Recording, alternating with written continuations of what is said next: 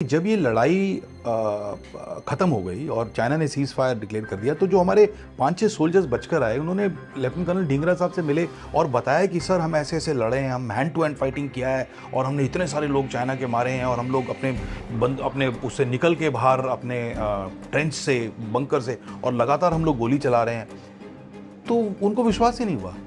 जब 3 महीने बाद किसी गडरिये ने बताया, आर्मी वालों को जाके बताया कि अभी भी आपके जवान खड़े हुए हैं। बोला लड़ाई तो 3 महीने पहले खत्म हो गई थी, अभी भी जवान खड़े हुए हैं, इंडिया की क्या बात कर रहे हो? अपनी आर्मी की एक्सपेडिशन लेकर गए और साथ में वो मीडिया लेकर गए और साथ में रेड क्रॉस लेकर गए। तब वो तो सब बर्फ में जम चुके थे ना हमारे जवान, बंकर से बाहर निकल के भी फाइट कर रहे हैं, गोलियां लगी हुई हैं। तो वो पूरा जो सीन था ना, वो फ्रोजन हो गया था और वो फ्रोजन हो गया था तो उसकी फोटोग्राफी कर ली गई। अब क्या है, वो एक डिस्टिंक्ट प्रूफ है जिससे पता चलता है कि भाई चार्ली कंपनी का वैलर जो था वो क्या था।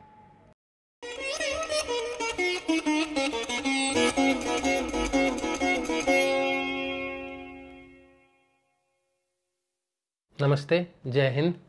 संगम टॉक्स के आज के सेशन में आपका स्वागत है। मेरे साथ कल्पना कीजिएगा, लद्दाख की बर्फीली वादियाँ और पहाड़ियाँ, 16,000 फीट की ऊंचाई और हड्डियाँ कपकपा देने वाली ठंड। 18 नवंबर 1962 का दिन, 13 कुमाऊँ रेजिमेंट की चार्ली कंपनी के 120 जवान मेजर शैतान सिंह के नेतृत्व में विजय या वीरगति सिर्फ इन 2 विकल्पों के साथ युद्ध भूमि में उतरते हैं। उसके बाद होता है एक भीषण युद्ध। सुबह 4 बजे से लगातार 5 घंटों तक हमारे सैनिक करीब 5,000 चीनी सैनिकों का डटकर सामना करते हैं और चाइना के रिजांगला पास और लेह के एक बड़े हिस्से को हथिया लेने के सपने को पूरा नहीं होने देते। एम्यूनेशन खत्म हो जाने पर भारत माता के लिए अपने जीवन का बलिदान देने से पहले चार्ली कंपनी 1300 से भी ज़्यादा चीनी सैनिकों को मौत की नींद सुला देती है और चाइना की सेना को इतना भारी नुकसान पहुंचाती है कि वो यहाँ से आगे बढ़ने की हिम्मत ही नहीं जुटा पाते। आज का सेशन है बैटल ऑफ रेजांगला की कहानी पर और इन 120 भारतीय योद्धाओं के अदम्य साहस पर। और आज हमारे साथ हैं कुलप्रीत यादव सर, जो खुद भी 2 दशकों तक इंडियन कोस्ट गार्ड में एक ऑफिसर के रूप में भारत की सेवा कर चुके हैं। इन्होंने बैटल ऑफ रेजांगला के ऊपर बहुत ही क्रिटिकली एक्लेम्ड पुस्तक लिखी है और इस युद्ध को बहुत करीब से समझा और जाना है। तो आइए शुरू करते हैं। Welcome to today's session Kulpreet sir. Thank you sir. सबसे पहले मैं इस पॉइंट से स्टार्ट करना चाहता हूँ, आपको ये बुक लिखने का इंस्पिरेशन कहाँ से आया and where did you got this inspiration कि मैं इस टॉपिक को छेड़ूं, जो कि कहीं ना कहीं हमने इसका जस्टिफिकेशन नहीं किया।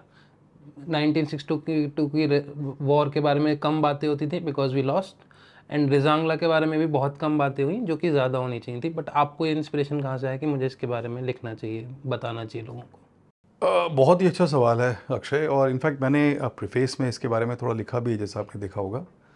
तो मेरी बेसिक प्रॉब्लम ये थी कि मैं बचपन से ना, जब गांव जाता था, अपने गांव हरियाणा में, एंसेस्ट्रल विलेज, मेरे फादर एयरफोर्स में थे, तो जहाँ भी पोस्टेड होते थे, जब मैं गांव जाता था, मैं लोगों से मिलता था, तो गांव में रेजांगला की चर्चा बहुत होती है। और रेजांगला एक ऐसा टॉपिक है जिसपे गीत बने हुए हैं, फोक सॉन्ग्स, और लोकल लोग बहुत प्राइड लेते हैं इस बात पे, बहुत उनको गर्व है कि हमारे इलाके के लोग इतनी अच्छी लड़ाई लड़े। तो मेरे को वहाँ से मैं बड़ा प्रेरित होके, मैं उस समय ज़्यादातर स्कूलिंग मैंने चंडीगढ़ से किया, चंडीगढ़ जाता था, बाकी बच्चों से बात करता था, उनको बोलता था रेजांगला में हमारे हिंदुस्तानी जवानों ने ऐसा किया ऐसा किया। तो बच्चों को कुछ पता ही नहीं होता था कि रेजांगला क्या है, तो मैं एक्सप्लेन करते करते थक चुका था। कॉलेज में गया, डैड की पोस्टिंग पुणे हो गई, एक अच्छे कॉलेज में वहाँ पे एडमिशन मिला। वहाँ पे भी लोगों से मैंने कई बार जिक्र किया कि रेजांगला, तो रेजांगला के बारे में किसी ने सुना नहीं था। फिर मैं नेवल ऑफिसर्स एकेडमी चला गया, जनवरी 1991 में फ़ौजी अफसर बन गया। तो मैं वहाँ पे भी मैंने देखा कि आपकी बात बिल्कुल सही है कि 62 वॉर, क्योंकि हम हार गए थे और उसके इमीडिएटली बाद 65 हो गई जो हम जीते, और 71 हो गई। तो ज़्यादा चर्चाएं जो है वो 65 और 71 की होती हैं, जो एक तरह से ठीक भी है, लेकिन एक तरह से कहीं ठीक नहीं भी है, बिकॉज 62 के लेसन्स तो हमको ध्यान रखने ही चाहिए थे। तो मेरे को मैंने देखा कि मेरे सर्विसेज के करियर में भी किसी ने भी रेजांगला की बात नहीं की, किसी किताब में ज़्यादा मेंशन नहीं किया हुआ है। तो सच बताऊं तो मैंने इसके बारे में कुछ भी नहीं किया, लेकिन जब मैंने किताबें लिखनी शुरू की तो मैंने शुरुआत तो फ़िक्शन से की, जैसा मैं बता रहा था आपको।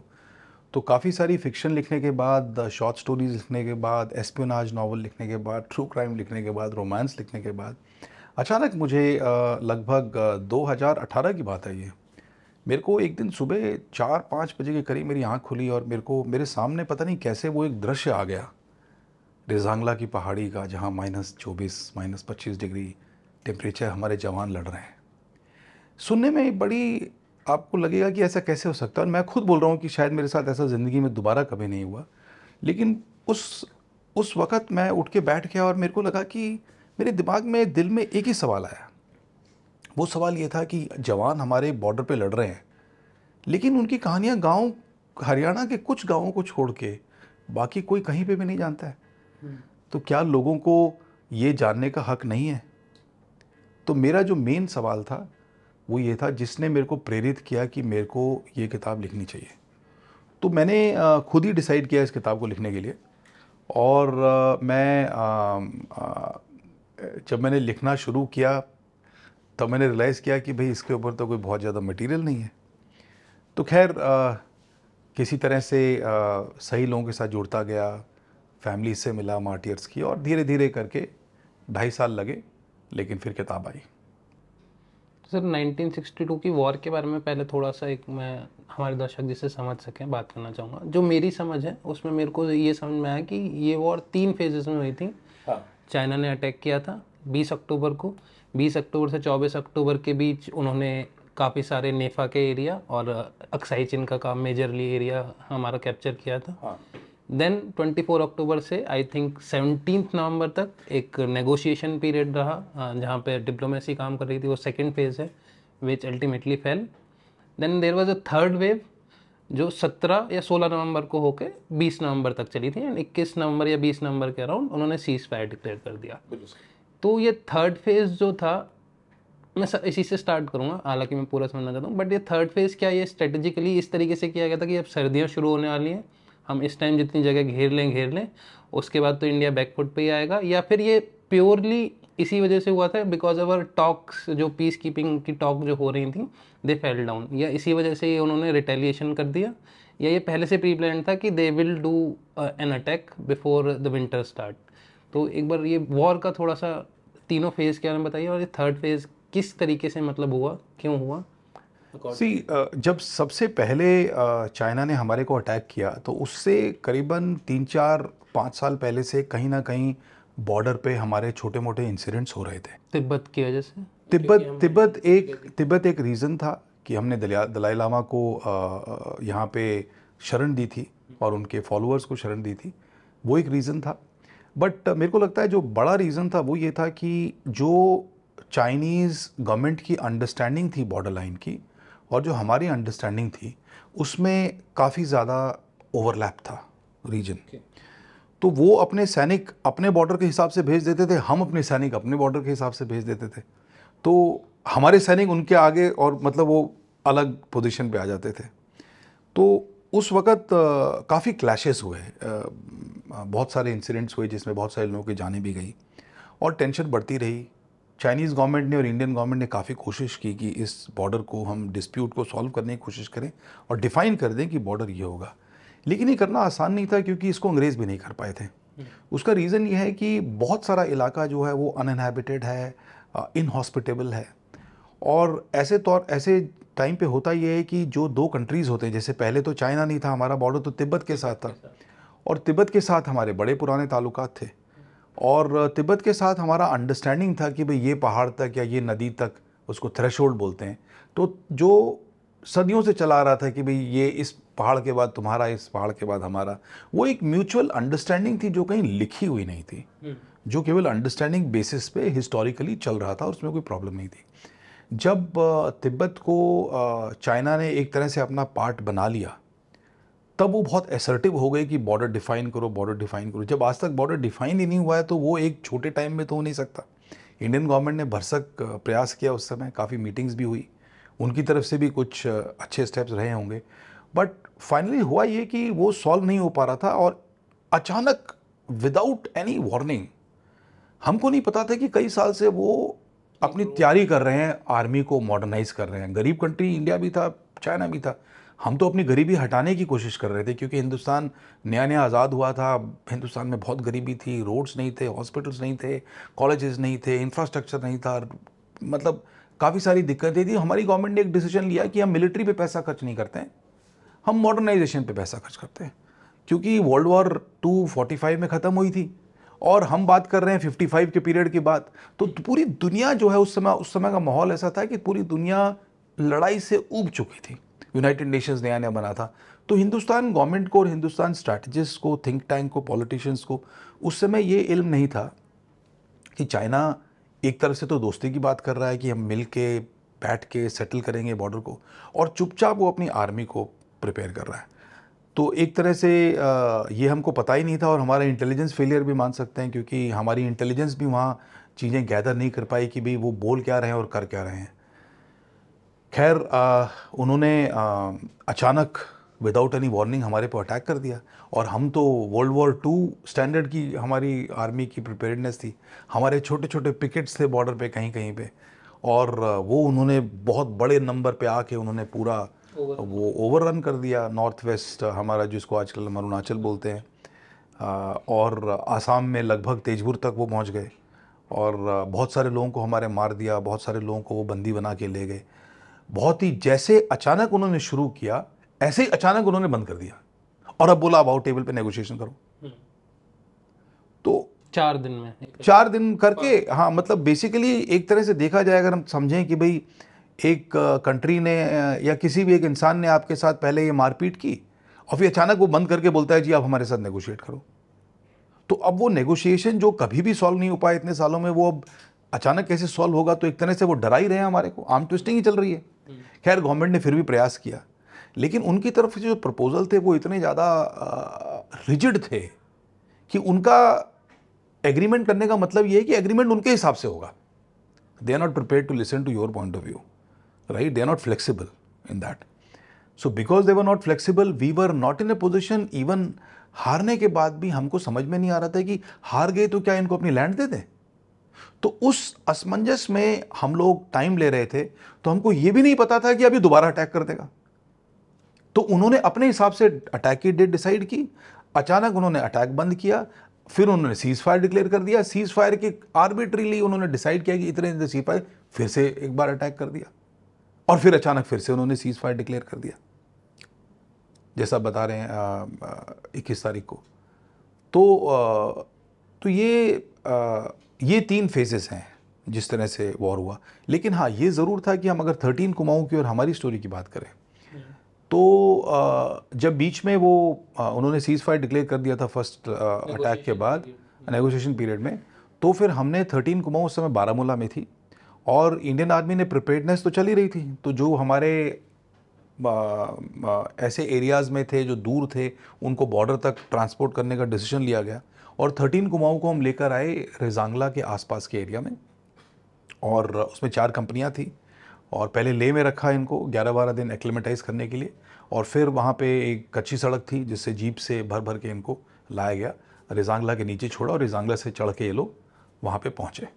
और वहाँ पहुँचने के बाद में एक छोटी सी चौकी थी पुलिस की, जो हमारी एक लोकल पुलिस थी सीआरपीएफ की, तो उनसे हमने वो चौकी ली, और लेकिन उसमें तो 5-6 लोग ही रह सकते थे। फिर हमने वहाँ डिगिंग शुरू की, लेकिन वहाँ पे बर्फ़ जमी हुई थी। तो खैर पहले तो हाथ से तो पॉसिबल नहीं था। फिर पायनियर्स आए जो उस समय आर्मी में हेल्प करते थे ब्लास्ट वगैरह करके बंकर्स बनाने में। तो हमारा पूरा टाइम वो बंकर्स बनाने में और सेटल होने में और अपनी गन्स की रेंजिंग करने में और सर्वे करने में चला गया। लेकिन बाद में इस पर आएंगे कि किस तरह से मेजर शैतान सिंह और उनकी चार्ली कंपनी ने, खास तौर पे रेजांगला में, किस तरह से बहुत ही अच्छी उन्होंने प्रिपरेशन की, बहुत अच्छे उन्होंने बंकर्स बनाए, जिसको हम बोलते हैं वेल ट्रेंच्ड पोजीशन, एंट्रेंच्ड पोजीशंस में हम लोग आए, और हम लोगों ने अपने वेपन्स को बहुत अच्छे से रेंज किया, और उसके कोड वर्ड्स बहुत अच्छे से डिसाइड किए। तो जब समय आया तो हम बहुत ही अच्छे से लड़ पाए वहाँ पे। So that our audience can understand, तो मैं ये एक पॉइंट हाईलाइट करना चाहूँगा जो मैं आपकी बुक से समझा, कि जब रेजांगला में आने से 3 महीने पहले जो पूरी कंपनी थी, चार्ली कंपनी, वो पीस टाइम में अम्बाला में थी, which is flat. Then they came to Baramulla, I think वो 5000 feet पे है. Then they came to Leh जो 12,000 के आसपास, 11-12,000 के आसपास. And then Rezangla, that is 17-18,000. So how quickly they adjusted, ये शायद imagine करना हमारे लिए possible नहीं है, but it was commendable job on their part. So before we come to again, before we finally start talking about the battle, ये हमारी leadership का फेलियर तो था ही. और मैंने कहीं अभी रिसेंट में ही जब मैं इसकी रिसर्च कर रहा था तो पढ़ा कि नेहरू जी की फेलियर्स के बारे में बहुत सारी डिबेट हो सकती है, लेकिन one of his biggest failure was weakening his own army by not even providing them the resources, but as well as उनको कहीं ना कहीं उनका मॉरल डाउन करा गया था इस 12, 13, 14, 15 सालों में 1947 से 62 तक, which played an important role in this 1962 Indo Sino war जिसे हम कहते हैं. तो ये क्यों हो रहा था, क्या रीज़न था? कहीं ना कहीं वो उनके अहिंसा वाले प्रिंसिपल को ही फॉलो करते आ रहे थे या कोई और वजह थी, या सोशलिस्ट से या कहीं से इन्फ्लुएंस थे, किस वजह से ये होता था? देखिए आजकल तो मेरे हिसाब से अक्षय पॉलिटिकली इतना ज़्यादा चार्ज्ड पूरा मीडियम हो चुका है. और मैं तो being an x officer in uniform, हमारी तो ट्रेनिंग है नॉन पॉलिटिकल रहना, तो मैं नॉन पॉलिटिकल बैलेंस्ड व्यू आपको देता हूँ. और मैं वैसे भी पॉलिटिकली न्यूट्रल इंसान हूँ. तो बताना ये चाहूँगा कि एक्चुअली देखा जाए तो 45 के बाद, जैसे मैंने बोला वर्ल्ड वॉर 2 के बाद वर्ल्ड में ऐसा एक माहौल था कि कुछ लोग रशिया के साथ हो गए, कुछ लोग जो हैं वो अमेरिका के साथ हो गए. और इंडिया कैसी पोजीशन में आया, क्योंकि इंडिया हिस्टोरिकली एक अमीर कंट्री था, इंडिया में एक एजुकेशन लेवल था, इंडियन लोगों की स्पिरिचुअलिटी वगैरह एक पहचान इंडियन सिविलाइजेशन की अलग थी. तो एक ऐसा मौका हमारे पास में आया कि क्या हम एक तीसरा समुदाय बना सकते हैं, इंटरनेशनल कोऑपरेशन बना सकते हैं. और उस समय हमने ये नॉन अलाइंड मूवमेंट वाला स्टार्ट किया, जो मेरे समझ से अगर आप आज देखो तो मेरे समझ से वो उस टाइम के हिसाब से मेरे ख्याल से एक उचित मूव था, क्योंकि हमारे को एक वर्ल्ड में फुटिंग मिल रही थी. और इसका प्रूफ ये भी है कि बहुत सारे कंट्रीज़ ने हमारे को ज्वाइन किया और एक हमारी पहचान बनी कि हम लोग किसी से लड़ाई नहीं करना चाहते हैं. लेकिन इसमें प्रॉब्लम ये थी कि ये एक बड़ा आइडियल वर्ल्ड का सिचुएशन है कि भाई राम राज्य यूटोपियन कॉन्सेप्ट है, और ऐसा होता नहीं है. लेकिन ऐसा होता नहीं है, आज हम बोल सकते हैं ऐसा कभी नहीं होगा. लेकिन जैसा मैंने बताया, बार बार मैं आपको बोल रहा हूँ कि वर्ल्ड वॉर के बाद एक ऐसा कुछ समुदाय ज़रूर था जो बोलते थे कि यार वर्ल्ड में दोबारा लड़ाइयाँ नहीं होंगी, राइट.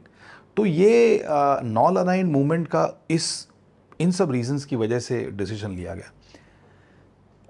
जैसा मैंने बोला कि गवर्नमेंट ने डिसाइड किया कि हम अपने जितने भी थोड़े बहुत मीगर रिसोर्सेज हैं, बिकॉज आपको पता है कि जब ईस्ट इंडिया कंपनी ने जब पूरा हिंदुस्तान में लगभग सब कुछ संभाल लिया था, तब इंडिया का जीडीपी जो है पूरे वर्ल्ड का 24% था.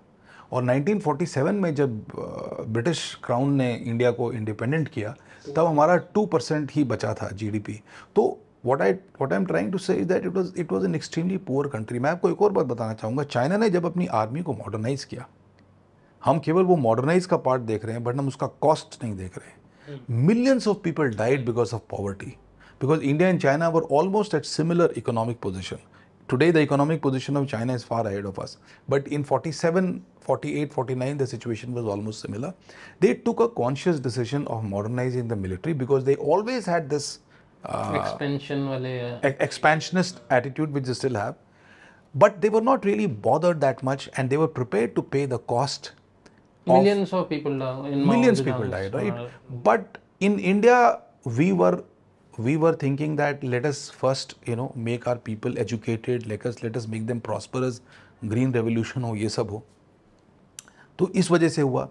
एक तरह से स्ट्रैटेजिक शॉर्टकमिंग बोल सकते हैं या स्ट्रैटेजिक डिसइल्यूजनमेंट बोल सकते हैं. वो ये किया कि नेहरू जी ने कृष्णा मेनन को रक्षा मंत्री बना दिया. और कृष्णा मेनन जो हैं वो एक लॉयर थे जो अनमैरिड थे और जो इंग्लैंड में रहते थे सारा टाइम, और वो एक बहुत ही एंग्लिसाइज्ड किस्म के इंसान थे, पढ़े लिखे, बहुत अच्छा लेक्चर देते थे. चाइना को लेकर नेहरू जी खुद उन पे ट्रस्ट नहीं करते थे, उनका लेफ्टिस्ट काइंड ऑफ. हाँ, वो एक अलग रीज़न है, उसमें मैं आऊँगा. तो जब इंडिपेंडेंस के बाद जब नेहरू जी को अच्छे लोग पूरी दुनिया से अपने कंट्री को बनाने के लिए बुलाने थे, तो उन्होंने कृष्णा मेनन को बुलाया कि तुम आके यहाँ पे डिफेंस मिनिस्टर का पोर्टफोलियो संभालो। एक तरह से देखा जाए तो ठीक डिसीजन है, एक बहुत पढ़े लिखे आप बुद्धिमान आदमी को बुला रहे हैं, बट एक तरह से देखा जाए तो ठीक नहीं भी है, बिकॉज उनका इसमें नया एक्सपीरियंस है, मोर देन एक्सपीरियंस उनका इंटरेस्ट भी नहीं है, और उनका एक लेफ्टिस्ट स्लैंट उनके माइंड में है। और हुआ इस तरह से कि 62 की वॉर के से पहले ही प्रधानमंत्री ने उनसे वो रक्षा मंत्रालय हटा भी दिया, और रक्षा मंत्रालय उन्होंने खुद अपने पास भी रख लिया, क्योंकि उनको लगा कि वो शायद ढंग से काम नहीं कर पा रहे हैं, और कुछ फाइलें जो हैं वो डायरेक्टली अपने पास ही मंगवा लेते थे। तो दो he was concerned, but the decision, I think, I may be wrong, but that decision that could have been taken was to perhaps find a more suitable defense minister. But it is easy for us to say because we cannot exactly understand the situation of that time. But ये mistakes या semi mistakes आप बोल सकते हो, ये थे, इस वजह से ऐसी situation बनी। But as soon as war started, I think उन्हें हटा दिया गया था, और आर्मी डायरेक्टली जो वॉर सिचुएशन थी उसको हैंडल कर रही थी ना। नहीं, उसको प्रधानमंत्री ही हैंडल कर रहे थे।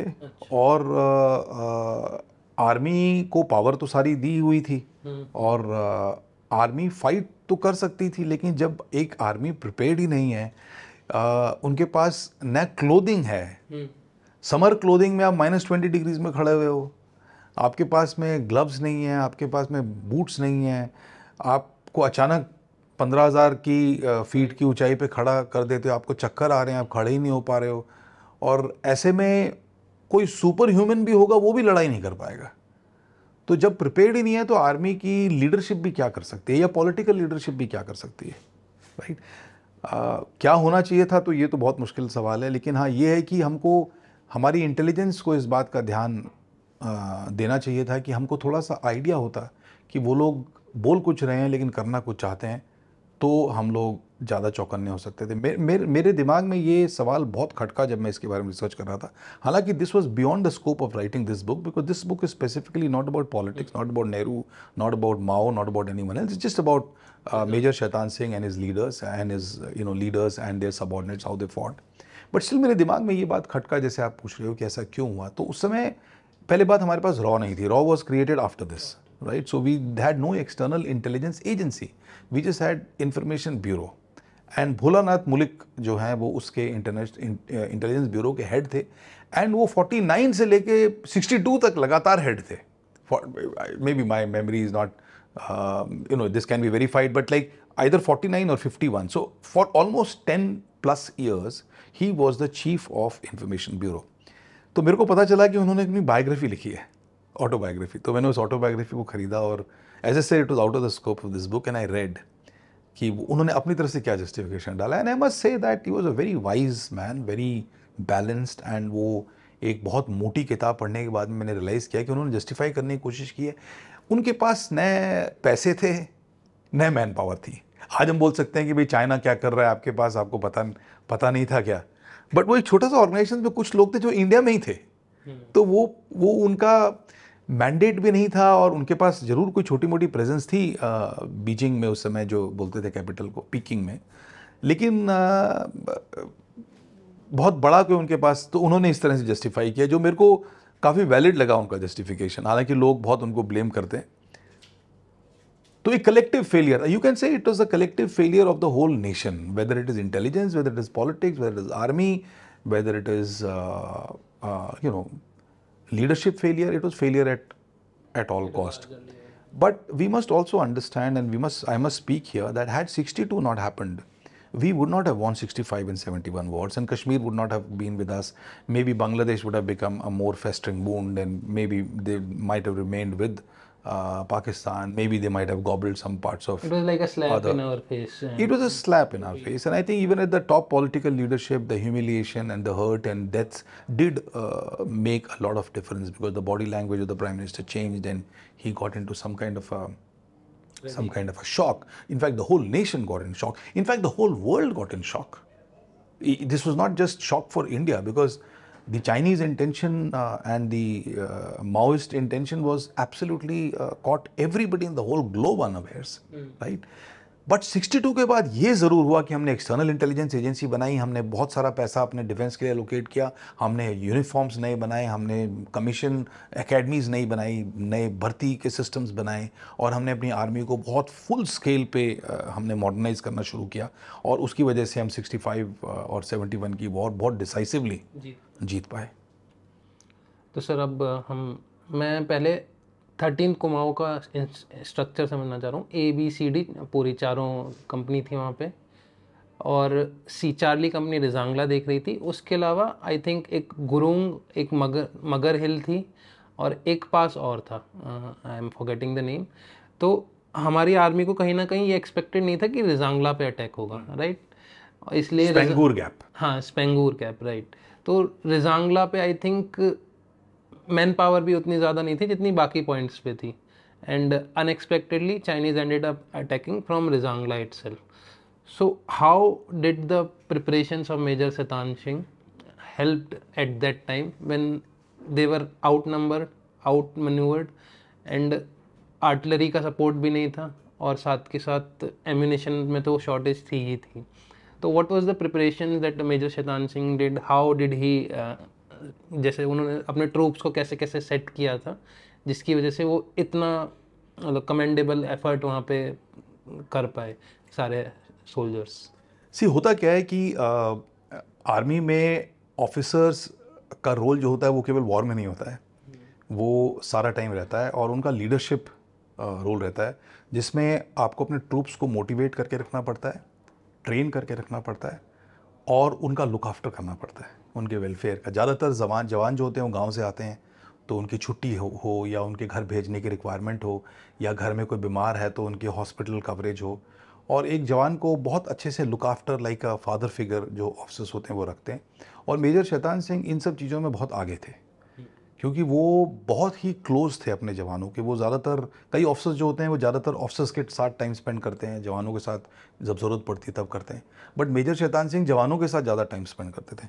तो एक, और वो खुद बहुत फिट थे, फिज़िकली फिट थे, और बहुत अच्छे स्ट्रैटेजिस्ट थे, और उनकी प्रिपरेशन इस वजह से बहुत अच्छी रही. और जो JCOs थे उनके अंडर में तीनों का नाम मैं बताना चाहूँगा. तो नायब सूबेदार थे, उस समय जमादार बोलते थे रैंक को, उसको चेंज करके बाद में नायब सूबेदार कर दिया, अब नायब सूबेदार बोलते हैं, तो नायब सूबेदार ही यूज़ करूँगा. नायब सूबेदार सुरजाराम, नायब सूबेदार हरीराम एंड नायब सूबेदार रामचंद्र. ये 7, 8, 9 3 प्लेटून थी. इनके प्लेटून कमांडर थे, इनके नीचे 35 लोग थे, और ये 3 प्लेटून ने पास को रोका हुआ था, और पीछे मेजर शैतान सिंह थे अपनी पर्सनल हाँ कंपनी हेडक्वार्टर के साथ में. और वहाँ पे उनके पास में एक सेक्शन था 3 मोर्टार का जिसमें लगभग 10 लोग थे, और उनके खुद के हेडक्वार्टर में भी करीबन 10 लोग थे. This was the entire composition. Major Shaitan Singh और चार्ली कंपनी को ये बटालियन कमांडर जो थे लेफ्टिनेंट कर्नल ढींगरा, वो बता चुके थे कि तुम्हारे को कोई अटैक नहीं करने वाला. उसका बड़ा सिंपल रीज़न है कि चाइना एक रुदौक करके जगह है जहाँ तक उन्होंने रोड बनाई हुई थी, और हमारी तो रोड्स थी ही नहीं. लेकिन यहाँ पे हमारा चुशुल एयरपोर्ट है, यहाँ पे रुदौक है, और यहाँ पे स्पेंगूर गैप है, तो ऐसे ही आएंगे. और रिजांगला पास तो यहाँ है, तो वो यहाँ तक रोड है, तो वो ऐसे करके यहाँ से रिजांगला पास से होते हुए यहाँ क्यों आएंगे? कोई मीनिंग ही नहीं, करना पड़ता, कोई मीनिंग ही नहीं है भाई. इतना सारा टाइम और इतने सारे अनफेमिलियर टेरेन से आप क्यों जाओगे? वो यहाँ पे आने वाले थे, और वो इस चीज़ को प्रूव करने के लिए उनके लीडर्स जो होते थे वो लेकर आते थे जीप, और जीप लाके यहाँ खड़े होते थे before the war, and jeep के बोनेट के ऊपर वो मैप खोल के चाइनीज़ लीडर्स जो होते थे मिलिट्री के, वो ऐसे उंगली करते रहते थे. तो इंडियंस हम बाइनोकुलर से देख रहे हैं कि हमारे स्पेंगूर गैप की तरफ उंगली कर रहे हैं, तो हमको लगता था कि ये तो यहीं अटैक करेंगे. तो इसलिए ब्रिगेडियर रैना जो हमारे ब्रिगेड कमांडर थे वो भी वहीं पे थे, और सारा उन्होंने पूरा सब कुछ यहाँ रखा हुआ था. और जैसा मैंने बोला, यहाँ से यहाँ पे जो चुशुल एयरपोर्ट था, और यहाँ पे हमारा जैसा आपने बोला मगर हिल था, और रिजांगला यहाँ था. तो मगर हिल पे हमने अपनी अल्फ़ा और ब्रावो कंपनीज रख दी. चार्ली को हमने रख दिया रिजांगला पे क्योंकि रिजांगला पे को आने नहीं वाला, और डेल्टा को हमने एज अ रिजर्व पीछे रख लिया. तो अब चार्ली में कोई आने वाला नहीं था, तो एक तरीका तो ये हो सकता है कि यहाँ कोई आने वाला नहीं है, रिलैक्स करो, इतनी सर्दी है, -24 डिग्री टेम्परेचर हो गया, कुछ हो नहीं रहा, लेट्स रिलैक्स यार. एक तरीका तो ये है, लेकिन नहीं. जैसे ही मेजर शैतान सिंह तो बाद में ज्वाइन किया था, क्योंकि वो उनके पास क्यू चार्ज था, जैसे मैंने बारामूला में लिखा हुआ है, तो हफ्ते बाद आए थे वो। और एक ऑफिसर आए थे प्रेम कुमार, जो एकदम यंग ऑफिसर थे, और वो आते ही हैपो के कारण बीमार पड़ गए। उनसे मेरी बात हुई, वो पंचकुला में रहते हैं। He is Helen hearty, is retired brigadier and very good officer and he give me lot of information. तो उस समय वो बोलते हैं कि वो बता रहे थे मेरे को, बोला मैं तो नया नया ऑफिसर आया था, मैं बोला सब लोग धीरे धीरे क्यों चढ़ रहे हैं रेजांगला में, सबको मैंने बोला जल्दी करो जल्दी करो, और जल्दी करो के चक्कर में उनका वो सांस का प्रॉब्लम हो गया and he had to be evacuated. तो समय ऐसा था कि कुछ टाइम तक केवल जवान ही थे वहाँ पे, ऑफिसर तो वापस बीमार हो गया तो वापस चले गए, और रेजांगला में मेजर शैतान सिंह को आने में तो टाइम था। तो लेकिन ये जेसीओज थे, ये एक्सपीरियंस थे, 37 ईयर्स करीबन इनकी एज थी, तो सबका 17 18 19 साल का एक्सपीरियंस था। तो इन लोगों ने इनको मेजर शैतान सिंह ने पहले से ट्रेन किया हुआ था किस तरह से आपको रेंजिंग करनी है अपने वेपन्स का, चाहे मोटार्स हो या एलएमजीज हो, तो वो उन्होंने पहले से रेंजिंग की हुई थी। और बाद में जब शैतान सिंह साहब आए तो उन्होंने और पूरा सबको मॉनिटर किया, माइन्यूट चेंजेस वगैरह किए, और बोला कि हाँ बिल्कुल कॉम्प्रोमाइज़ नहीं करना है, पीछे से जो मर्जी ऑर्डर हो आएंगे नहीं आएंगे, हमको प्रिपेयर रहना है कि यहाँ पे आ सकते हैं। तो उसलिए जो हमारी पिकेट्स जाती हैं आगे, ऑब्जर्वेशन पोस्ट और लिसनिंग पोस्ट, उनकी भी ट्रेनिंग और उनका रिपोर्टिंग और उनका पूरा प्रोसीजर जो है ना, वो बिल्कुल स्ट्रिक्टली फॉलो हो रहा था। इसीलिए जब चुपचाप पहला जत्था चाइनीज़ सोल्जर्स का जब 400 के करीब का आया, फर्स्ट अटैक उन्होंने, खैर बाद में तो 7-8 बार अटैक किए, तो हम लोग इसी वजह से हमारे को advance warning mill pi by listening post in the night, और उन्होंने आके फटाफट फिर हमने रेड फ्लेयर फायर किया, and with in seconds like a well oil machine entire Charlie company was with weapons. And they also knew that हमारे पास जो weapons हैं वो सेमी ऑटोमेटिक है, रेंज भी कम है, which means you are seeing so many people, enemy soldiers coming towards you, but आपको wait करना पड़ेगा आखिरी मोमेंट तक, और जब आपके वेपन्स के रेंज में आएंगे तभी आप गोली चलाएंगे, और गोलियां आपको इतनी चलानी पड़ेगी कि वो इतना बड़ा नंबर है वो न्यूट्रलाइज हो सके और आपके बंकर तक कोई ना पहुंच पाए। और ऐसा उन्होंने 7 वेव में करके दिखाया। तो ये हम मेजर शैतान सिंह की बात करें तो उनकी ट्रेनिंग, उनकी लीडरशिप, उनका मोटिवेशन, और उनका खुद वहाँ प्रेजेंट होना सबके साथ में, उनको फाइनली फिर गोली भी लगी, दूसरी पोस्ट हाँ एक पोस्ट से दूसरी पोस्ट जाना, आरटी पे लगातार बात करना, लगातार फीडबैक लेना प्लेटून से क्या हो रहा है, उनको करेक्टिव एक्शन देना कि अब ऐसा करो अब ऐसा करो। तो ये सारी चीज़ें लीडरशिप के कारण बहुत अच्छे से हो पाई। फीडबैक से सर याद आया, उसमें जब कमांडर का जब कम्युनिकेशन आता है तो वो कहते हैं कि अगर अटैक होता है, if it is not tolerable या हमारे एमिनेशन ख़त्म हो सकते हैं, तो you can come back, you can retreat. But इसमें मेजर शैतान सिंह डिसाइड करते हैं कि I let the company decide, he tell his जेसीओज कि आप जाओ सबसे बात करो और फिर मुझे बताओ क्या करना है। उससे पहले वो अपनी स्पीच दे चुके थे, विजय या वीरगति हमारा ऑप्शन यही है, लेकिन फिर भी वो उन्हें दोबारा डिसाइड करने का ऑप्शन देते हैं कि अगर किसी को करना है। तो this is a very democratic way. Army में जनरली ऐसा नहीं देखा था, आपने बुक में हाईलाइट करा है, तो प्लीज़ इसके बारे में भी थोड़ा बताइए, कैसे वो लोगों को ही मोटिवेट करते हैं कि आप खुद डिसाइड करो कि क्या करना है। करेक्ट। सो ब्रिगेडियर रैना का मैसेज वहाँ से आया था थ्रू लेफ्टिनेंट कर्नल ढींगरा, जो बटालियन कमांडर थे। तो बटालियन कमांडर ने फ़ोन किया और बात की, आरटी पे बात की मेजर शैतान सिंह से कि ऐसा है कि 600 राउंड है सबके पास, और आपके, उनको तो एग्जैक्ट स्टेटस एमिनेशन का पता ही था कि आपके पास 2 इंच मोटार हैं 3 और एक 3 इंच मोटार है, तो आपको मोटार के राउंड्स पता हैं, आपको ग्रेनेड्स पता हैं कितने हैं, और आपके पास एलएमजी के कितने राउंड्स हैं वो पता है, और आपको ये भी पता है कि एक इंडिविजुअल जवान के पास कितना है। तो और इंटेलिजेंस से ये आइडिया ज़रूर था ब्रिगेडियर रैना को और लेफ्टिनेंट कर्नल ढींगरा को कि वो जब आएंगे तो उनको भी ये पता है हमारे पास हमारा स्टेटस एमिनेशन का क्या है, तो वो तब तक करते रहेंगे जब तक हमारा एमिनेशन खत्म ना हो जाए। तो एमिनेशन खत्म ना हो जाए, खत्म हो जाए तो वापस आ जाओ और कोई और पोजीशन देखो, और वहाँ से फिर आप तब तक हम आपको live to fight another day वैसा, हाँ मतलब पीछे आ जाओ, फिर हमको दोबारा आपको एमिनेशन देंगे, फिर आप डिफेंड करने की कोशिश करना। लेकिन जवानों ने ये डिसाइड किया और मेरे ख्याल से वो बहुत सही डिसीजन था। जैसा किताब में भी बिल्कुल एमर्ज हो रहा है, जब डिटेल में लोग स्टोरी पढ़ेंगे तो रियलाइज़ करेंगे जवान गांव के ज़रूर थे लेकिन बहुत बुद्धिमान थे। उनको पता था कि अगर हम यहाँ से पीछे आ गए और पास कैप्चर हो गया तो बात ही खत्म हो गई, पूरा लेह चला जाता है, पूरा लद्दाख जो है हमारा चले जाता है, क्योंकि वहाँ एक ही एयरपोर्ट था चुशूल का, वो चुशूल एयरपोर्ट पे कैप्चर कर लेते और वहाँ पे हमारे एयरफोर्स के एयरक्राफ्ट खड़े थे और वहाँ पे हमारे इतना पूरा आर्मी का इंफ्रास्ट्रक्चर था, वो सारा का सारा वो लोग कैप्चर कर लेते। और फिर उसके बाद वो तो आज तक क्लेम करते हैं कि भाई लद्दाख हमारा पार्ट है। तो वो तो उसको तो ये कैप्चर कर कॉन्स्पिरेसी लेते हैं। भी या अटैक भी काइंड ऑफ उसी के लिए था ना पूरा, कि वो हाँ, उसे कैप्चर अटैक कर सके। बिल्कुल बिल्कुल बिल्कुल अटैक उसी चीज़ के लिए था। और इन्होंने डिसाइड किया कि नहीं, हम लोग we will fight till last man last bullet, and हम किसी भी हालत पे एक कदम भी पीछे नहीं हटेंगे, क्योंकि अगर हम हटेंगे तो ये पास कैप्चर कर लेंगे, इससे हमारा एयरफील्ड चला जाएगा, एयरफील्ड चला जाएगा तो लद्दाख चला बहुत जाएगा, बड़ा एरिया चला जाता बहुत हमारा। बड़ा एरिया चला जाता। शायद तो अक्साई चिन से भी बड़ा ही होता वो एक तरीके से, अक्साई चिन से के बड़ा बराबर होता, या करेक्ट करेक्ट, या लगभग उसी साइज़ का होता। तो ये आप समझ सकते हैं कि जवानों ने डिसाइड किया और लीडरशिप ने, मेजर शैतान सिंह ने इस चीज़ को एंडोर्स किया। और जब ये उन्होंने जब ब्रिगेडियर कर्नल ढींगरा को जब ये बात बताई आरटी पे, तो कर्नल ढींगरा पहले कई साल पहले, 3-4 साल पहले, वो चार्ली कंपनी के कंपनी कमांडर थे। तो उन्होंने, उनको बड़ी खुशी हुई, उन्होंने बोला कि मैंने अपनी कंपनी को सही ट्रेन किया है और आज तक मेरी ट्रेनिंग जो है चल रही है, और मुझे बड़ा फ़ख्र है अपनी ट्रेनिंग के ऊपर, अपनी कंपनी के ऊपर।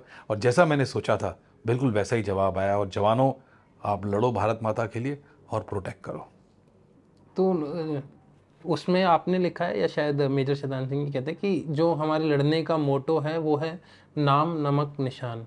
तो सर इसे एक बार एक्सप्लेन कीजिए प्लीज़, कैसे लोग इसे इंटरप्रेट करते हैं। नाम आई थिंक भारत माता, नमक हमने उनका नमक खाया, निशान हमारा तिरंगा। तो ये कहाँ किस चीज़ का मोटो है? हाँ, क्या 13th कुमाऊं का मोटो है या आर्मी का इन जनरल मोटो रहता है? ये आर्मी का इन जनरल मोटो है। बाकी हर कंपनी का, हर बटालियन का अलग अलग एक वॉर क्राई भी होता है, वो उनके दादा किशन की जय। हाँ, जैसे इसमें दादा किशन की जय, बिकॉज ये अहीरों की कंपनी थी। जैसे सिखों का होगा तो अलग रहेगा, जाट रेजिमेंट रहेगी तो अलग रहेगा, वो के वसुंधरा शायद किसी का है। हाँ, डोगरास रहेगी तो अलग रहेगा। तो वो हर हर कंपनी की या बटालियन की कॉम्पोजिशन के हिसाब से 13 कुमाऊं का ये वाला था। तो ये इनका मेन मोटिवेटिंग वॉर क्राई था, विच लास्ट मोमेंट पे आपको, आप चिल्लाते हो और आप में वो एक मोटिवेशन आती है। तो उसको यूज़ किया था मेजर शैतान सिंह ने और जवानों ने और जेसीओज ने भी। नाम नमक एंड निशान। सर उसके बाद एक चीज़ हमारा जो इंटेलिजेंस फेलियर में एक और सामने आती है, आपने जैसे बताया कि चाइनीज़ ने डिसाइड किया कि वो रिजांगला से अटैक करेंगे, जबकि उन्हें 20 किलोमीटर का डिटूर लेना था। हाँ। वो कहीं ना कहीं, शायद मेरा मानना ये है, जो कि मुझे आपकी बुक से और बाकी चीज़ें पढ़ के समझ में आया, क्योंकि उनके पास लोकल से पहले से ही इनपुट्स आ रहे थे, उन्होंने पहले से ही कुछ लोगों को पैसे लेके ख़रीद रखा था। ये हमें नहीं पता था, ये हमें आफ्टर वॉर पता चला कि चाइनीज़ पहले ही इंटरफेयर करके कुछ लोगों को ख़रीद चुके थे और उनसे वो ले रहे थे। क्या ये उन्हें पता था कि यहाँ पे कम लोग हैं इसलिए वो यहाँ से आते हैं, या इनपुट्स ने भी इसमें कोई रोल प्ले करा था कि चाइना ने रिजांगला को चूज़ करा अटैक करने के लिए? जो स्पाइस उन्होंने छोड़ रखे थे जो दोनों तरफ से काम कर रहे थे, इंडिया के लिए भी और चाइना के लिए भी। मेरे हिसाब से ये उनकी एक स्ट्रैटेजी थी, क्योंकि उन्होंने पहले तो काफ़ी ज़्यादा, जैसे मैंने बताया, गाड़ी पे आके और मैप्स वगैरह खोल के उंगलियां ऐसे ऐसे कर रहे हैं। तो उन्होंने पहले तो एक ये फॉल्स स्टोरी बनाई कि भाई दुश्मन को ये लगे कि यहाँ से ही आने वाले हैं। तो वो पहले स्टोरी उनको लगा कि जब ये इंडियन आर्मी को ये समझ में आ गया कि यहाँ से आने वाले हैं, तब उनको लगा कि यहाँ से तो घुसना मुश्किल होगा, बिकॉज हमारी पूरी आर्मी वहाँ खड़ी हुई है। तब उनको लगा कि अगर हम चार्ली कंपनी के वहाँ से जाते हैं तो सबसे मिनिमम हमारे पास वो होगा, डैमेज होगा और हम बहुत आसानी से जा पाएंगे। एक और प्रॉब्लम ये थी कि चार्ली कंपनी जो थी उनके पास आर्टिलरी सपोर्ट नहीं था, और ये इनकी इंटेलिजेंस को पता चला होगा, बिकॉज जहाँ पे चार्ली कंपनी रेजांगला पास पे खड़ी हुई थी तो पीछे से आर्टिलरी वहाँ हेल्प नहीं मिल सकती थी, बिकॉज बीच में एक हिल स्ट्रक्चर था। तो उनको ये लगा हुआ कि भाई आर्टिलरी तो, इंडियन आर्मी की आर्टिलरी तो चार्ली कंपनी को सपोर्ट नहीं कर पाएगी। 120 लोग हैं, 600 राउंड है, सेमी ऑटोमेटिक वेपन्स हैं उनके पास। तो हम इतने सारे लोग हैं, हमारे पास में ऑटोमेटिक वेपन्स हैं, एमएमजीज भी हैं। एमएमजी एक ऐसा वेपन है जिसकी एलएमजी और नॉर्मल पर्सनल वेपन से तो ज़्यादा रेंज होती है। आप देखिए सिचुएशन कि वो हमारे वेपन रेंज से बाहर रह के लगातार हम पे फायरिंग कर सकते हैं, और हमारा जो मैक्सिमम वेपन है, वेपन की रेंज है, वो वहाँ तक पहुँच ही नहीं सकता। लेकिन हमको ये भी पता था कि अगर हम छुपे रहेंगे तो वो फायरिंग तो ज़रूर कर सकते हैं लेकिन डैमेज नहीं कर सकते, और उनको कैप्चर करना है तो आगे आना ही पड़ेगा, और जब हमारे रेंज में आएंगे कैप्चर करने के लिए तब हम उन पर फायरिंग कर सकते हैं। तो इसको हमने यूज़ किया। तो 7th और 8th प्लेटून की जो हीरोइक रेजिस्टेंस था, शायद वो 5-6 वेव्स तो वो अकेले ही ख़त्म कर देते हैं। 9th प्लेटून की उस टाइम एंट्री भी नहीं होती एक तरह से, अगर हम कहें तो रिजांगला बैटल में। और उसके बाद जो जब वो चाइना की एमएमजी पे अटैक करने जाते हैं सर, वो वाला इंसिडेंट बताइए कि वो डिसाइड करते हैं that they will leave their post and try to capture one of the China's LMG so that they can attack on China using their own weapon. Correct. तो डिस्ट्रॉय करने जाते हैं, डिस्ट्रॉय करने जाते हैं। होता क्या है कि वो धीरे धीरे करके ना वो अपनी एमएमजी को आगे आगे लाते रहते हैं और उस एमएमजी की फायरिंग का हेल्प लेते हुए उनके सोल्जर्स हमारे को अटैक करने आते हैं। तो उनकी फायरिंग रेंज इतनी ज़्यादा डैमेजिंग होती है कि हम धीरे धीरे करके इनके काफ़ी ज़्यादा लोग तो हमने मार दिए, लेकिन फिर भी वो इतने ज़्यादा नंबर हो गए हैं और उनको सपोर्ट भी मिल रहा है। तो एक स्टेज पे ऐसा लगता है कि जब तक हम इस एमएमजी को नहीं तबाह करेंगे ना, तब तक ऐसी सिचुएशन बहुत जल्दी बन जाएगी कि वो लोग एमएमजी के सपोर्ट के कारण हमारी बंकर्स तक पहुंच जाएंगे। तो इसीलिए हमको सबसे पहले वहाँ की एमएमजी डिस्ट्रॉय करनी होगा। एमएमजी कैसे डिस्ट्रॉय करो, वहाँ पे जाके उनकी टेरिटरी में जाके उनकी एमएमजी कैसे डिस्ट्रॉय करो, हमारे पास कोई वेपन्स ही नहीं है। तो उस समय जो थे वो वहाँ पे एक नायक सिंहराम करके थे जिनको बाद में वीर चक्र भी मिला, वो और एक गुलाब सिंह, नायक गुलाब सिंह थे, वो दोनों आपस में मिलकर डिसाइड करते हैं कि हम लोग जाएंगे और हम लोग चाइना की वहाँ थोड़ा छुपते छुपाते जाके रॉक्स वगैरह के बीच में से और उनकी एमएमजी को कैप्चर करके हम तबाह कर देंगे। तो जब ये प्रपोजल वो देते हैं अपने प्लेटून कमांडर को, दैट इज़ नायब सूबेदार सूर्याराम को, तो सूर्याराम उनको बोलते हैं ये तो सुइसाइडल मिशन है, बट आप कैसे वहाँ तक जाके, आपके पास में 2 एलएमजी है, उनका एमएमजी है और वो लोग इतने सारे लोग हैं, तो आप वहाँ तक चलो छुपते छुपाते पहुँच भी गए तो लेकिन एक ओपन स्ट्रेच है, आप कैसे उसको करोगे। तो उस समय वो सिंहराम बोलते हैं कि सर कोई और बेटर ऑप्शन है आपके पास। तो बेटर ऑप्शन तो कोई नहीं है। तो बोला क्या होगा, शहीद होंगे ना, लेकिन अगर शहीद नहीं होते हैं, शहीद होंगे तो भी तो हम स्वर्ग में ही जाएंगे, अगर शहीद नहीं होते हैं, हम कैप्चर कर लेते हैं तो कम से कम दुश्मन को वहाँ से हम हटा देंगे। तो बहुत रिलक्टेंटली जो है सूर्याराम बोलते हैं कि ठीक है आप जाइए। तो यहाँ से हम लोग फायरिंग सपोर्ट करते हैं, लेकिन हम लोग मॉनिटर भी कर रहे हैं। तो ये लोग रॉक से छुपते छुपते वो लगभग लास्ट ऑलमोस्ट 60-70 यार्ड्स तक पहुँच जाते हैं। तो यहाँ से बाइनोकुलर से हमारे इंडियन आर्मी वाले देख रहे हैं और ये फिर फाइनली गन इनकी दूसरी तरफ है। फिर फाइनली ये लोग अपने हाइडिंग स्पॉट से निकलते हैं और दादा किशन की जय बोलते हुए ये लोग वहाँ पे अपने दोनों एलएमजी लेके फायर करते हुए ये लोग आगे जाते हैं। और जब ये भागते हुए आगे जाते हैं तो उस समय वो ब्रेक ले रहे होते हैं जो चाइनीज़ सोल्जर्स हैं, और उनको अचानक दिखाई देता है तो वो फटाफट अपनी पोजीशन में आते हैं एमएमजी की और फायरिंग करना शुरू करते हैं। तो जैसे ही वो फायरिंग करना शुरू करते हैं तो उसी समय ये लोग हवा में लीप करते हैं। तो पीछे से हमारे सोल्जर्स देख रहे हैं और लीप करते हैं और गन के ऊपर गिरते हैं। तो हमको कुछ सेकंड्स के लिए ऐसा लगता है कि हमने उनकी गन एमएमजी को कैप्चर कर लिया, और लेकिन ऐसा नहीं होता है, उनको गोलियां लग जाती हैं और वो वहीं पे शहीद हो जाते हैं। और जब 3 महीने बाद जब हम लोग इंडियन आर्मी को फाइनली बॉडीज़ रिकवर करने जाते हैं तो पता चलता है कि वो लगभग 5-6 फुट उनकी एमएमजी की पोजीशन से पहले वो सिंहराम गिरे थे। गुलाब सिंह तो उससे कुछ और थोड़ा पहले ही गोलियों से शहीद हो गए थे। वो दोनों उसी पोजीशन पे तब भी थे। और सर जब 3 महीने बाद जब आर्मी जाती है ये सब पूरा देखने, तो एक आपने ये भी मेंशन किया कि सारे सोल्जर 7, 8 और 9 प्लेटून के ज़्यादातर जो ट्रेंचेस में शहीद हो गए वो बात दूसरी, लेकिन जो जिंदा थे सब अपनी बेनेट लेके आगे कूदे, सब अपनी पिट से 10-10 मीटर आगे 30-30, 35-35 गोलियां लगी हुई थी, वहाँ लड़ते हुए मरे हैं। सो it's unimaginable. Where did they get this courage from? I cannot imagine. But सबने ये किया था। 120 लोगों ने, आई थिंक 1300 या 1400 लोगों को, चाइनीज सोल्जर्स को वहाँ पे, करेक्ट ये डेटा है ऑफिशियली जो है, और maybe it's more, we don't know. सबसे बड़ी बात यह है कि जब ये लड़ाई ख़त्म हो गई और चाइना ने सीज़ फायर डिक्लेयर कर दिया, तो जो हमारे 5-6 सोल्जर्स बचकर आए उन्होंने लेफ्टिनेंट कर्नल ढींगरा साहब से मिले और बताया कि सर हम ऐसे ऐसे लड़े हैं, हम हैंड टू हैंड फाइटिंग किया है और हमने इतने सारे लोग चाइना के मारे हैं और हम लोग अपने उससे निकल के बाहर अपने ट्रेंच से, बंकर से, और लगातार हम लोग गोली चला रहे हैं। तो उनको विश्वास ही नहीं हुआ। एक्चुअली स्पीकिंग लोग कुछ बोलते हैं कि उनको विश्वास होना चाहिए था। एक्चुअली दुनिया में कोई विश्वास नहीं कर सकता। आज भी हम उसी चीज़ को डिस्कस कर रहे हैं कि इसमें विश्वास कैसे होगा।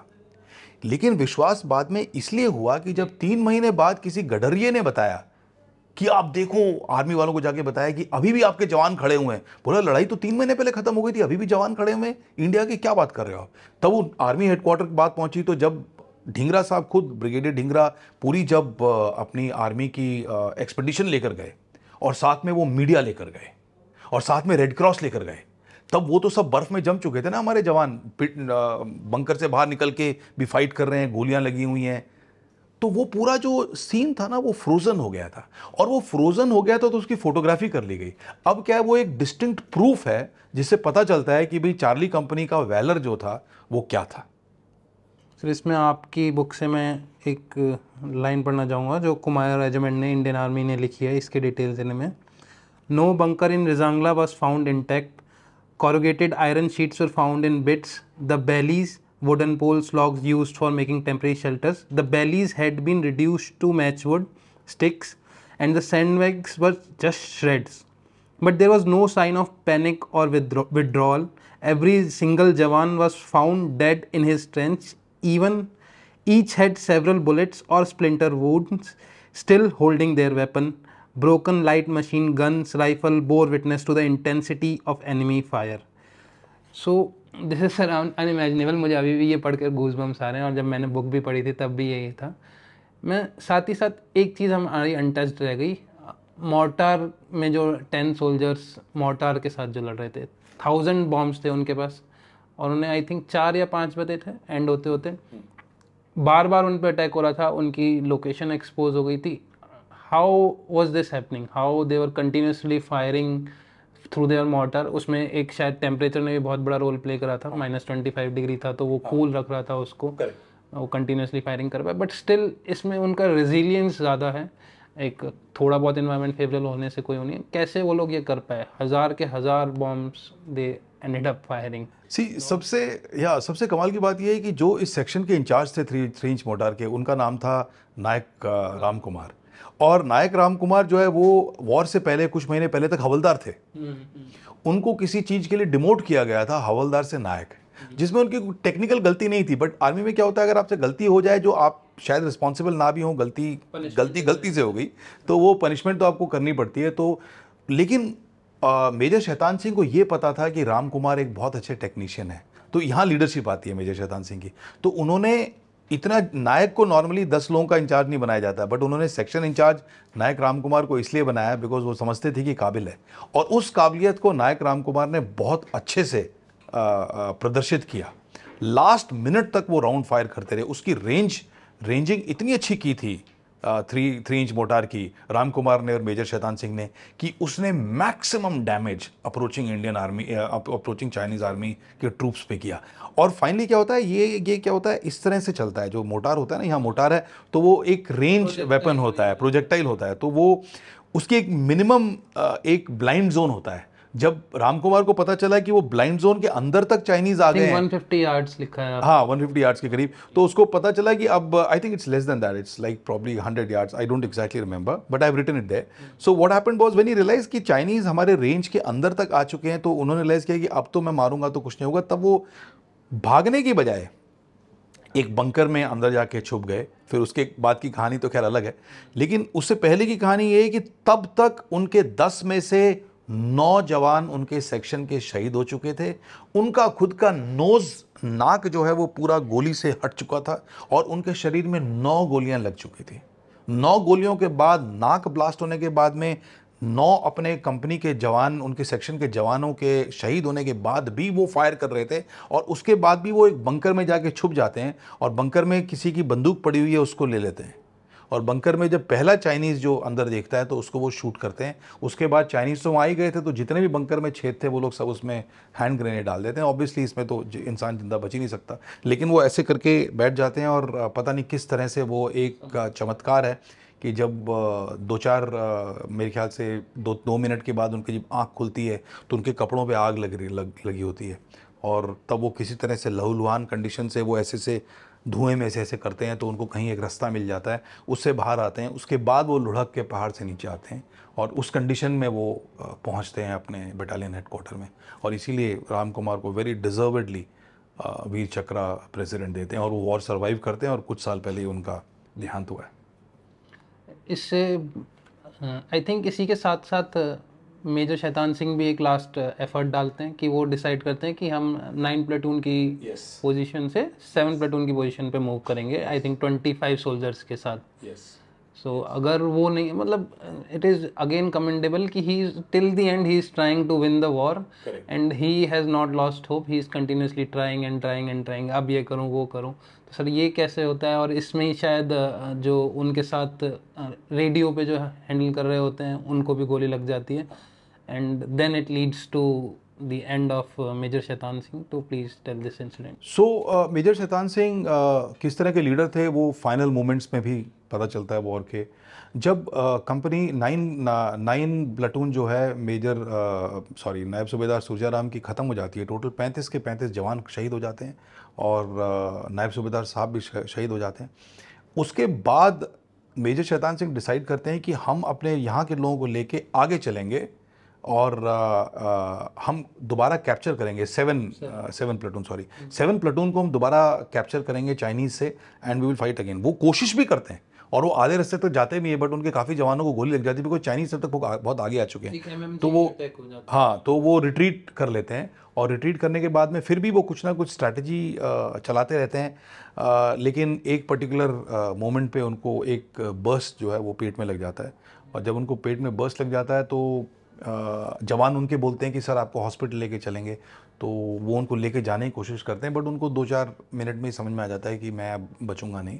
तो वो बोलते हैं कि भाई आप मेरे को लेके मत जाइए, मेरी कोई चांस नहीं है बचने की, मेरे को यहाँ बैटल फील्ड में ही छोड़ दो और आप लोग जाओ और सीईओ साहब को बताओ कि हमारी कंपनी कैसे लड़ी है। Last order. ये तो वो मानते नहीं है बिकॉज आपने कंपनी कमांडर को कैसे छोड़ के जाएं, उनके तो इतना आपस में इतने क्लोज फैमिली रिलेशन है। तो वो बोलते हैं कि नहीं सर आपको लेके जाएंगे। तो वो बोलते हैं कि मेरा ऑर्डर है ये, मेरे को यहीं छोड़ दो। तो फाइनली जब ऑर्डर हो जाता है लास्ट ऑर्डर, तो फिर वो जवान वहीं छोड़ के नीचे चले जाते हैं और फिर उनके साथ ट्रेजेडी होती है। जवान जाके बताते हैं आर्मी के लोगों को, तो कोई मानता नहीं है। It is so unimaginable. कहीं ना कहीं मैं भी वो गुस्सा नहीं आ पा रहा है मेरे अंदर कि इन लोगों ने माना क्यों। जब मैं आपने बताया तो मैं समझ पा रहा हूँ कि इस तरह का वैलर दिखाया है, इस तरह का करेज दिखाया है कि कहीं ना कहीं वो लोग बिलीव नहीं कर पाए। उन्हें लगा होगा they are illusion coming back, hallucination हो गया है और यू नो करेक्ट मेंटली थोड़े से डिस्टर्ब हो गए।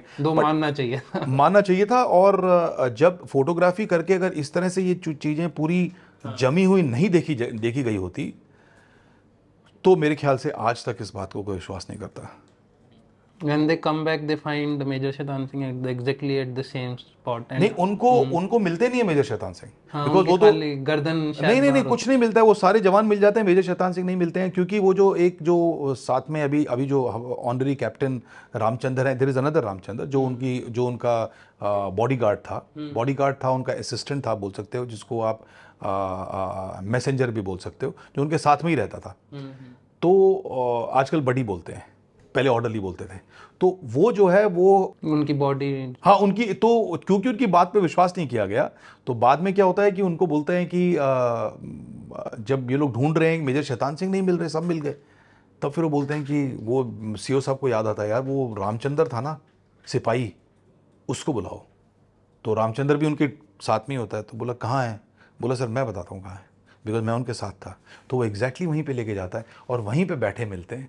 उनका जो है पूरा वो चेहरा ऊपर है बर्फ़ से और बर्फ़ पूरी ढकी हुई है बॉडी पे। फिर वो करते हैं तो बड़ी मूविंग कहानी है। But goosebumps. In book you have written this line, Major Shaitan Singh's body was found at the same spot where his loyal soldiers had left him. He was still resting against the boulder, his entire body except his face covered in snow. It seemed as if the brave officer, outstanding tactician and admired leader was taking a bit of rest before getting up and thundering with his command to destroy the Chinese. Absolutely. Because वो बिल्कुल क्योंकि Sitting exactly like, हाँ क्योंकि freeze हो गए थे ना, तो वो कुछ ऐसा ही लग रहा था कि वो बैठे हुए हैं अभी भी और रेस्ट कर रहे हैं। ये जो मेरे को सर्वाइवर्स ने जो पूरा अकाउंट बताया उस समय का, तो मेरे को भी ये बात बहुत ही हैरान करने वाली लगी और I wanted to capture this in exact words. तो थोड़ा सा सोच के मैंने इसको एग्जैक्ट वर्ड्स में जैसा उन्होंने बताया वैसा कैप्चर किया। और फिर उसके बाद तो क्रियाक्रम के लिए उनको लास्ट राइड्स के लिए लेकर आते हैं जोधपुर। भारत सरकार एक उनके लिए स्पेशल एयरक्राफ्ट लेकर जाती है और ले तक उनको बाय रोड लेके जाते हैं, और ले से फिर उनको एयरक्राफ्ट से जोधपुर लेके जाते हैं, फिर पूरा स्टेट ऑनर्स के साथ उनका दाह संस्कार होता है। और बाकी जितने भी थे उनका कलेक्टिव फ्यूनरल पायर जो है वो ब्रिगेडियर रैना अपने हाथों से करते हैं। उस समय उनको 96 बॉडीज़ उस समय मिलती हैं, और बाकी बॉडीज़ बाद में रिकवर होती हैं हमारे शहीदों की। तो 96 सोल्जर्स को एक साथ लेटा के और And he instructs to create a war memorial as well, which is हाँ, he instructs a war memorial which is existing, which has been expanded recently, and it's a place that every Indian should go. exactly. And वहाँ पे आपने बताया भी है कि क्या लिखा हुआ है, and how can man die better than facing fearful odds from the ashes of his father and the temples of the gods. Yeah. With this we'll end this session. Thank you so much, sir, for telling us about the Absolutely. battle of Rezangla. ये जो last words थे, ये जो लिखे हुए memorial पे, ये lieutenant colonel Dhingra ने डिसाइड किए थे, और मेरे ख्याल से ये बहुत अप्रोप्रिएट हैं, बिकॉज ये पूरे उनके सैक्रिफाइस को, उस मूवमेंट को बहुत अच्छे से ये वाली पोइट्री कैप्चर करती है। Thank you, sir. Thank you very much.